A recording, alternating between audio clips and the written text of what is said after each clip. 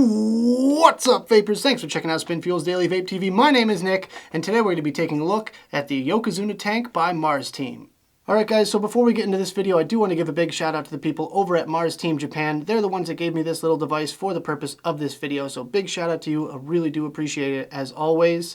So some interesting things about this little tank here is it's the first ever sub-ohm tank to come out of Japan, which is pretty cool. Some of the specs on this device, it's made out of 304 stainless steel and Pyrex glass, and the coils have Japanese cotton in them. The threading is 510. The dimensions are 22 millimeters in diameter by 52.7 millimeters tall. It has a 2.5 mil juice capacity. The wattage on the coils, the 0.3 ohm coil that it comes with is 20 to 50 watts, and the 0.8 ohm coil is 15 to 35 watts.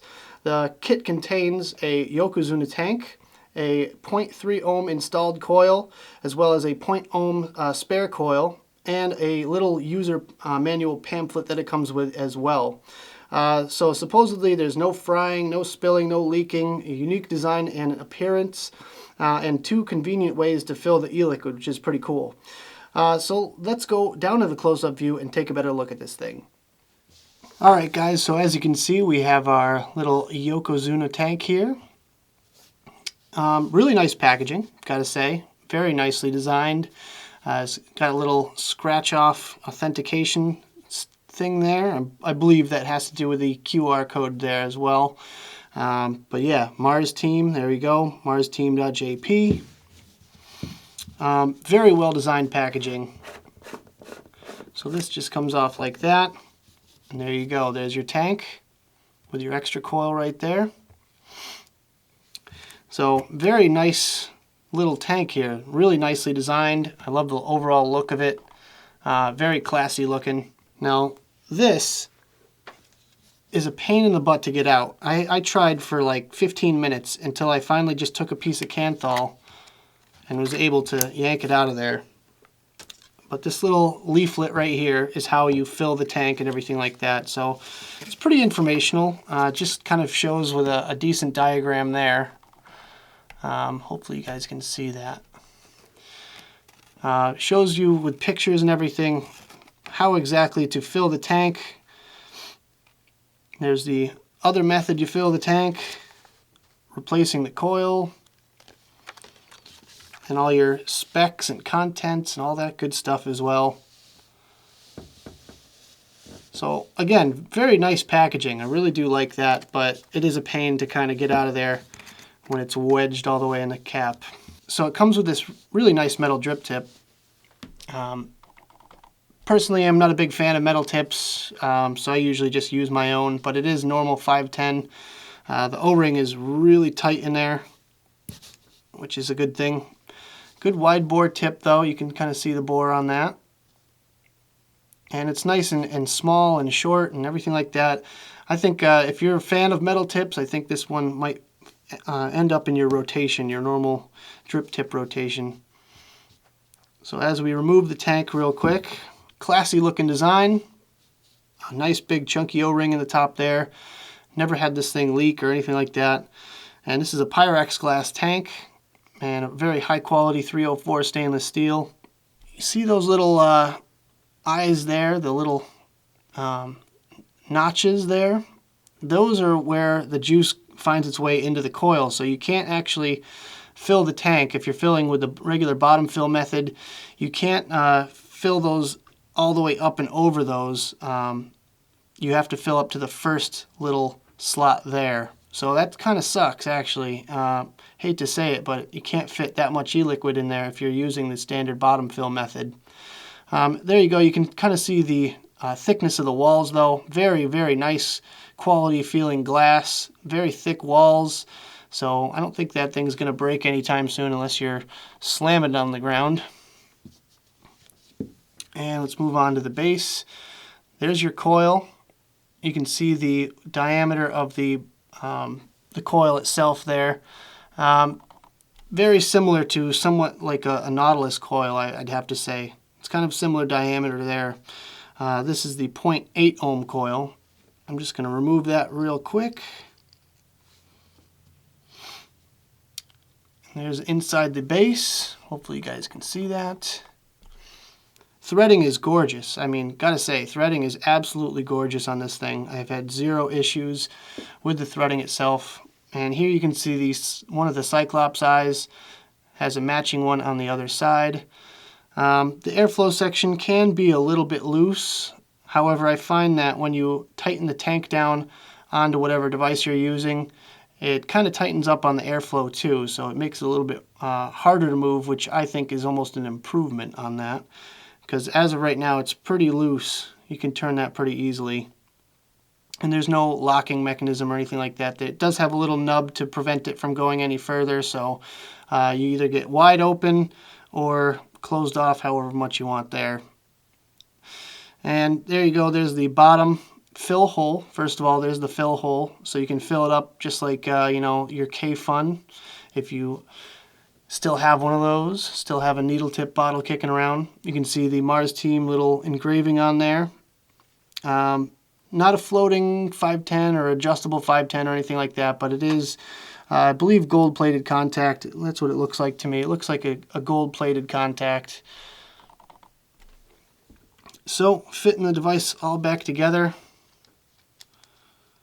is pretty easy.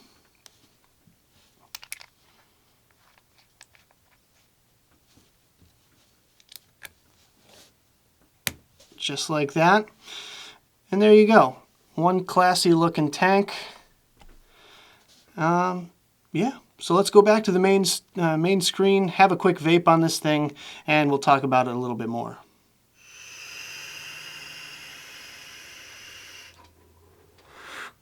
Alright guys, I know you want to know my thoughts on this device, so let's go over some pros, some cons, and whether or not I would purchase this device. So first of all, the pros. First of all, I would like to mention that it's very small and compact. It looks really great on top of this little Council of Vapor mini volt kit here. I do kind of wish they made it in different finishes. However, unfortunately at the time, I believe they only make it in the stainless steel. That being said, the build quality overall is really phenomenal. I gotta say, I gotta hand it to them. They really went above and beyond my expectations when it comes to the actual build quality itself. It feels like a nice high quality design rather than something out of China right now that kind of feels like it has crunchy threads and stuff like that. This, I actually feel like it is very high quality, great materials involved, everything like that. So overall, I'm very satisfied with the actual build quality of this thing. And of course, my final pro is going to be the styling of it.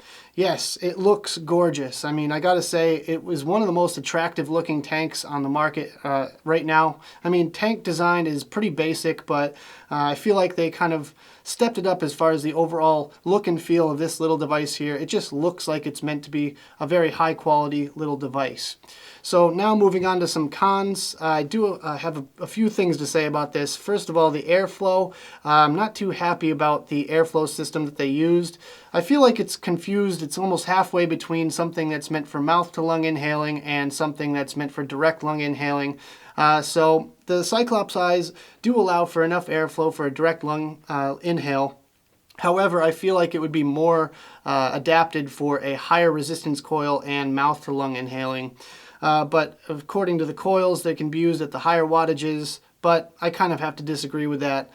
So moving on to my next con, which is the coils. They are too small for sub-ohm performance. I hate to say it, but as you saw in the close-ups, the air hole as well as the amount of cotton as well as the size of the coil itself just doesn't seem to fit the norm nowadays for regular sub-ohm type coils and tank design. So it's more or less like the Nautilus coils from Aspire. I really feel like if this tank was able to have a higher resistance coil such as like a 1.2 or 1.5 ohm type coil, I think it would really shine, especially on some of your low wattage devices such as the Council of Vapor Mini Volt. Having that higher resistance and mouth to lung kind of capabilities, I think that would really make this tank shine. So the other thing I have to say is the splash guard. It kind of cuts off the airflow. I really see what they're trying to do with it, as in not getting juice in your mouth, and a lot of tanks kind of lack that kind of design nowadays. However, it does significantly cut off your airflow. So I'm a little disappointed in that aspect. However, the design itself actually does work. I do not get any splashback or anything like that. So the filling, yeah, it's a bit of a pain. not too psyched on how you fill this thing. When you have it upside down, you can't fill it any higher than the first hole on the chimney, which kind of is less than, I'd say probably less than 2.5 mils. The only other way you can achieve a true 2.5 mil juice capacity is if you fill it through the bottom, which for that you definitely have to get an old needle tip bottle out, which I know a lot of you probably don't carry one of those around in your normal day-to-day kit. So that filling is a bit of a pain. My final con for today is it can't handle max VG e-liquid.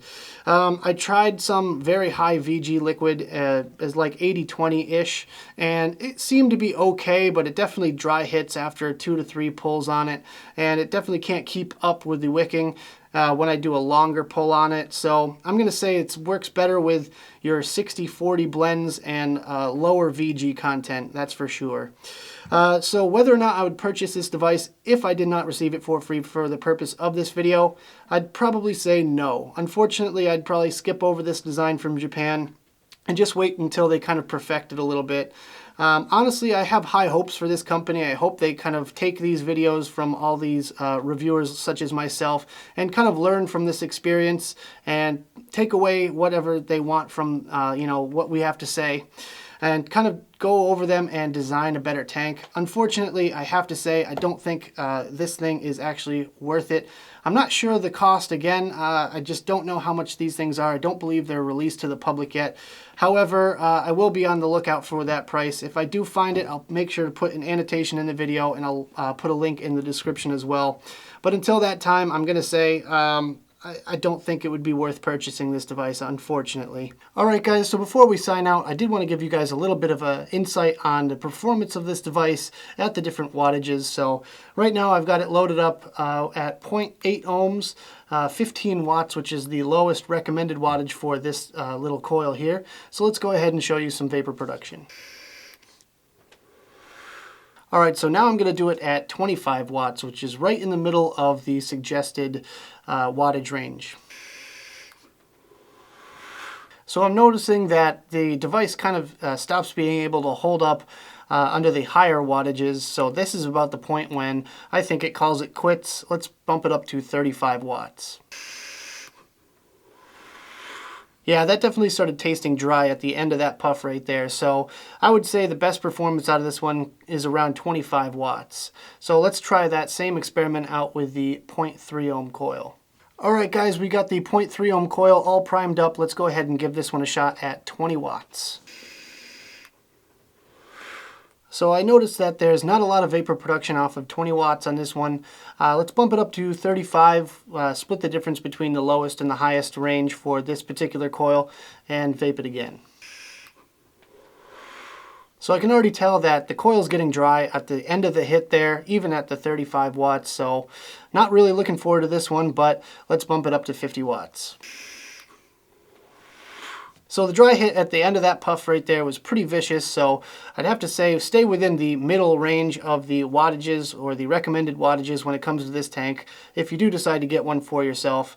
Really do wish they came out with a higher resistance coil that you could use at lower wattages. I think that would be probably the best performance out of this tank here. That about does it for this video, guys. Hope you enjoyed. If you did, make sure you hit that like button on the video. All the support is really amazing and it does help me out quite a bit, so make sure you hit that like button and subscribe for more of my content. If you want to check out more of my videos, go to spinfuel.com. I have all my stuff up there, as well as Smokin' Joey and Spinfuel official videos. And as always, vape on.